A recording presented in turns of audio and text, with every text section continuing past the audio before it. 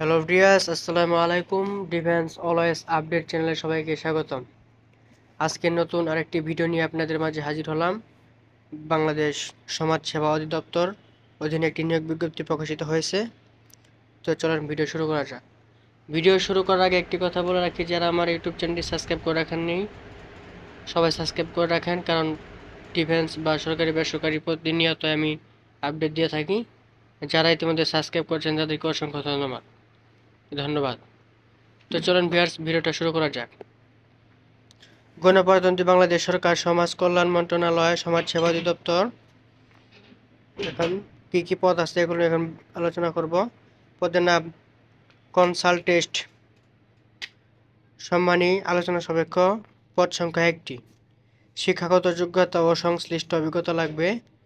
ক নম্বর, কোনো স্বীকৃত বিশ্ববিদ্যালয় হইতে যে কোনো বিষয়ে স্নাতক, স্নাতকোত্তর ও ডিগ্রিধারী, তবে সমাজকর্ম, সমাজবিজ্ঞান, সমাজ কল্যাণ এবং সমাজবিজ্ঞান সংশ্লিষ্ট বিষয়ে ডিগ্রিধারীদের অগ্রাধিকার দেওয়া হবে।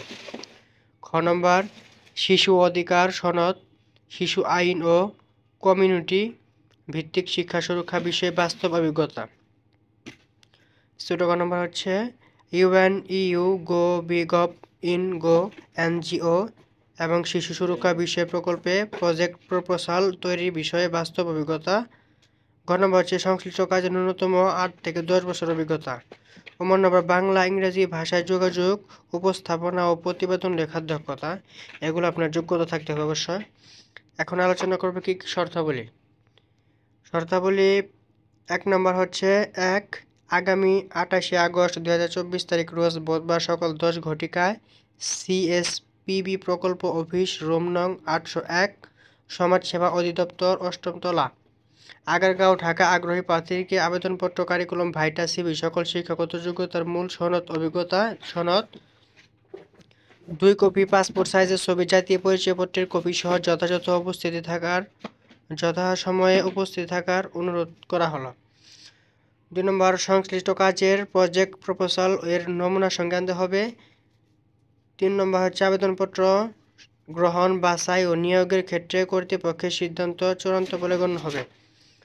3 নম্বর, আবেদনপত্র গ্রহণ, বাছাই ও নিয়োগের ক্ষেত্রে কর্তৃপক্ষের সিদ্ধান্ত চূড়ান্ত বলে গণ্য করা হবে। 4 নম্বর, কর্তৃপক্ষ কোনো কারণে দর্শানো ব্যতিরেকে এ প্রক্রিয়া বাতিল, স্থগিত, পরিবর্তন, হ্রাস, বৃদ্ধি করার পূর্ণ ক্ষমতা এবং সংরক্ষণ করেন।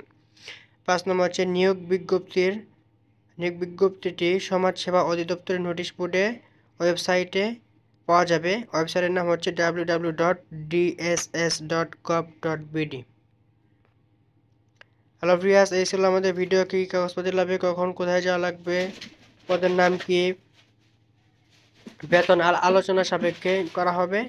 এই ছিল আজকে ভিডিওটা যদি ভালো লাগে অবশ্যই আমাদের পাশে থাকবেন, ভিডিওটা একটি লাইক দিবেন, চ্যানেলটাকে সাবস্ক্রাইব করবেন, আর আমাদের চ্যানেলের ফেসবুক পেজ আছে, পেজে ফলো করে দিবেন, কারণ এগুলো ভিডিও আমরা পেজে আপলোড করে থাকি। তো সবাই ভালো থাকবেন, সুস্থ থাকেন। আসসালামু আলাইকুম।